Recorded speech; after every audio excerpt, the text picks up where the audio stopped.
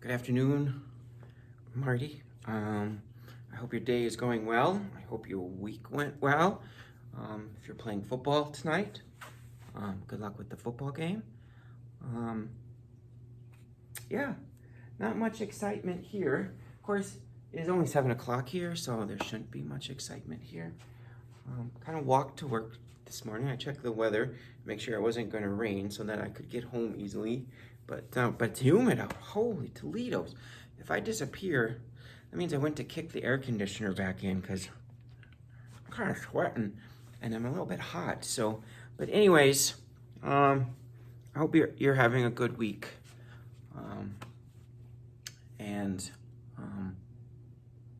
Yeah, that's pretty much. I was trying to think if I have a story, but I really don't have a story right now. But anyways, so livestock class. Kind of told you yesterday what livestock class will be about.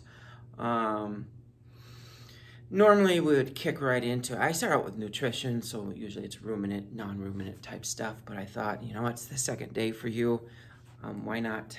And plus it's Friday, why not start fresh next week with something? So I've been always thinking, over the summer I was thinking, well, how to make livestock class a little bit more fun the first couple of days.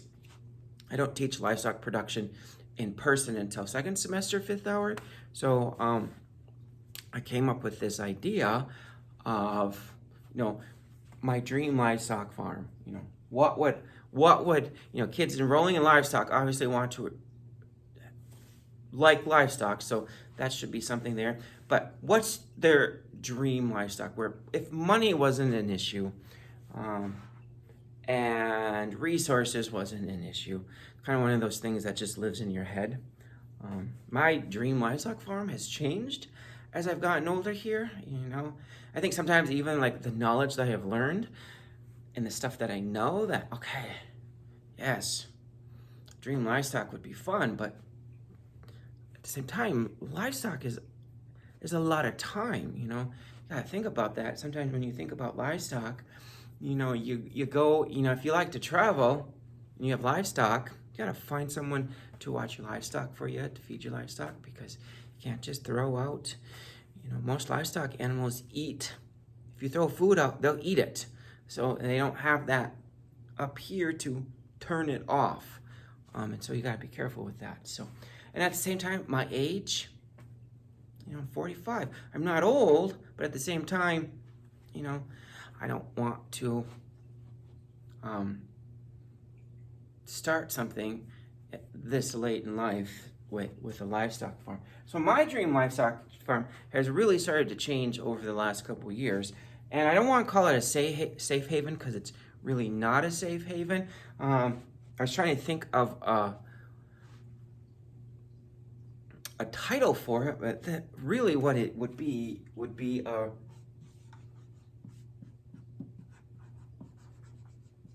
a retirement farm. Okay, so it's a retirement farm for animals.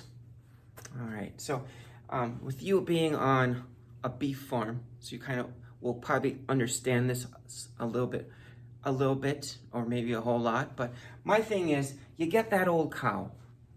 Okay, she had a good life. She's 10 plus years. Some people, they sell their cows after 10 years. And some people just hang on to them until they stop producing, I'm trying to even think. I think one of the oldest I've ever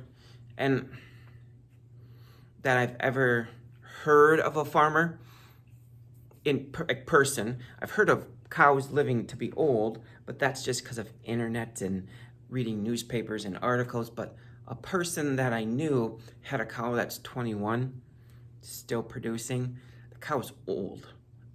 And does she really want to still be producing at the age of 21?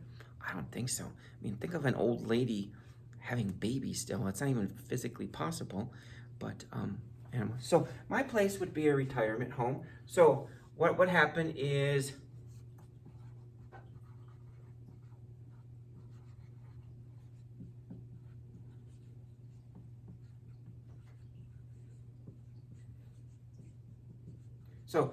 farmers gotten rid of old livestock.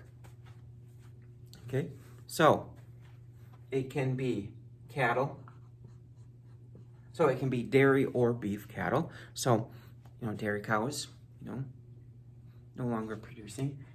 It can be sheep. It can be chickens, goats. I'm not a huge fan of goats, but you get rid of them. And the reason why, and I'm not going to take all of them. If it's a wild one or a sick one, it's, especially the sick ones that are old, to me, it's okay to put them down because why can't continue to? So cattle, sheep, goats, hogs, so horses. So what happens here is they come, they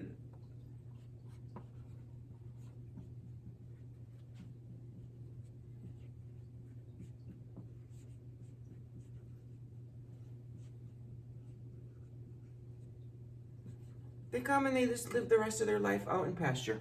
No longer going to breed them, no longer going to use them to produce milk if it's a dairy cow.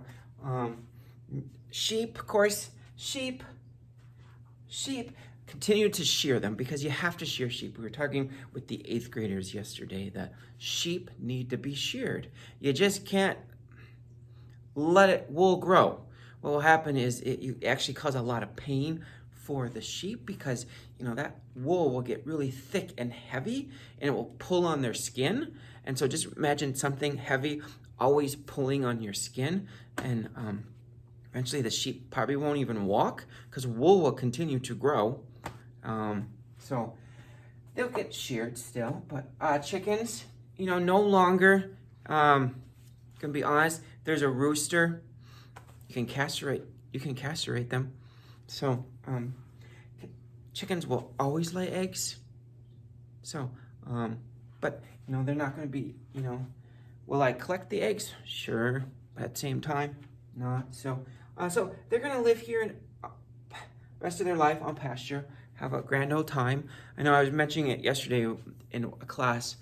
We were talking about solar power in egg processing class. So they had to kind of, if they were farmers, what would they have? Livestock, grain, whatever. And so I was telling the kids that this is how I would have my farm, and that the kids go, what about breeding and all of that? It doesn't happen here. If there's an old bull, you can't castrate an old bull because you can cause a lot of damage, but you can sever the vas deferens to make them sterile without cutting off the testicles. So you can do, or keep a bull in a different pasture. I understand. Eventually, old bulls won't breed either. They just don't want to. Most people don't realize is like bulls and boars and rams. They're lazy breeders, That's why, if you think about it, a bull, when you put the bull out with the cows, they will only breed about 25 head. So if you have 50 head of cows, you actually need 2 bulls because, the one bull he's not going to want to do it. A boar, if he gets scared, he'll just stop breeding, so he becomes useless. So that's where they'll come out here and they'll live. We'll put, if they're fertile bulls, we'll put them in one, or boars and rams, we'll put them in one pasture. We'll put the females in another pasture. Some people, they keep their steers, if they want to steer something and they kept it for a while and all of a sudden they don't want it. They know if they take an old steer to the auction barn, it's not going to get much because, the carcass isn't going to be as good quality. It's going to be a little tougher. So they come here. So what I would have here is, so they're going to have pasture. We'll also have like a barn, since it's North Dakota, a barn that's heated. There's heat, and it's going to be cool. You know what? I'm not afraid to put air conditioning in a barn. Most people don't realize, you know, cattle and sheep and goats and hogs, they don't sweat. They need it cool. Horses sweat, but then you have that problem if they're not sweating, then you run into an issue. So you have to keep them cool. So the barn will be heated and it'll be air conditioned. Okay, be big enough. It will have stalls in there. More than likely at night, like during the wintertime, the animals will be stalled. So that will be there. There might be, of course, we got the pastures.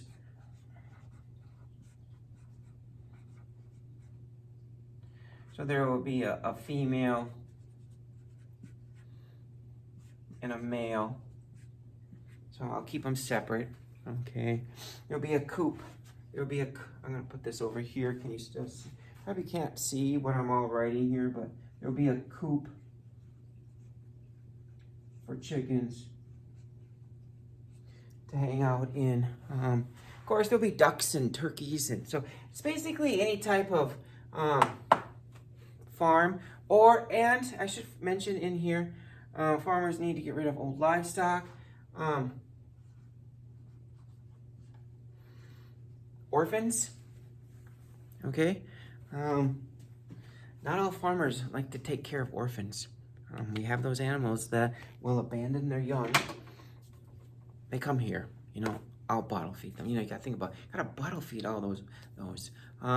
Dairy farmers, you know, they get dairy farmers in the end really only want female calves because that's where they're gonna make most of their money is when they sell off their female calves or use them as replacements in their herd. So when they get a bunch of bull calves being born, they have to try to get rid of them, you know, and if there's not a market for granted, a lot of them become steers. And if there's not a market for dairy steers, they're hard to get rid of. Dairy steer meat and beef steer meat, different. I mean, even, you know, I grew up, we raised both beef steers and dairy steers. And, you know, you feed them the same. You know, we fed them the same, but the meat was different. You don't get as much money for dairy steers as you do with beef steers. So keep that in mind. So if a farmer has a couple beef steers and they can't get rid of them, they can come here. They come here. So I should put unwanted animals. So that would be another idea that I'll have, is so unwanted animals. And then, you know, we got talking yesterday, the kids go, what are you gonna do when they die? Same thing that every other farmer does when their animals die. You have to get rid of them. Dig a hole, bury them. Some people just throw them out on a rock pile. I don't know what you guys do at your farm. When we were raising sheep, we just hauled them out to the woods and the coyotes took care of it. I mean, we took them way away from the woods. So you gotta keep that in mind too. So if you're gonna dispose of a dead animal and you have a woods right next to your livestock animals, realizing that's gonna bring in predators. So that might bring in a coyote. You know, when I was living up in Rolla, that might have brought in a mountain lion. So you gotta take them a distance ways, you know. The woods for us on our farm was almost a mile. So when we took our sheep, the older sheep, I should say, we just took them way out there, and then we never, if a lamb died, we just threw it in the burn barrel and burned it. I mean, I know some people think that's cruel, but you gotta get rid of them. So otherwise we buried them. So it's either that. So what I want you to do here, I have to grab, I'm going to send this over with you this morning. This way, both your class and the intro class can use this when I need stuff written out. What I want you to label this is same thing I labeled mine, my dream livestock farm. And on here, describe it. Describe what you want.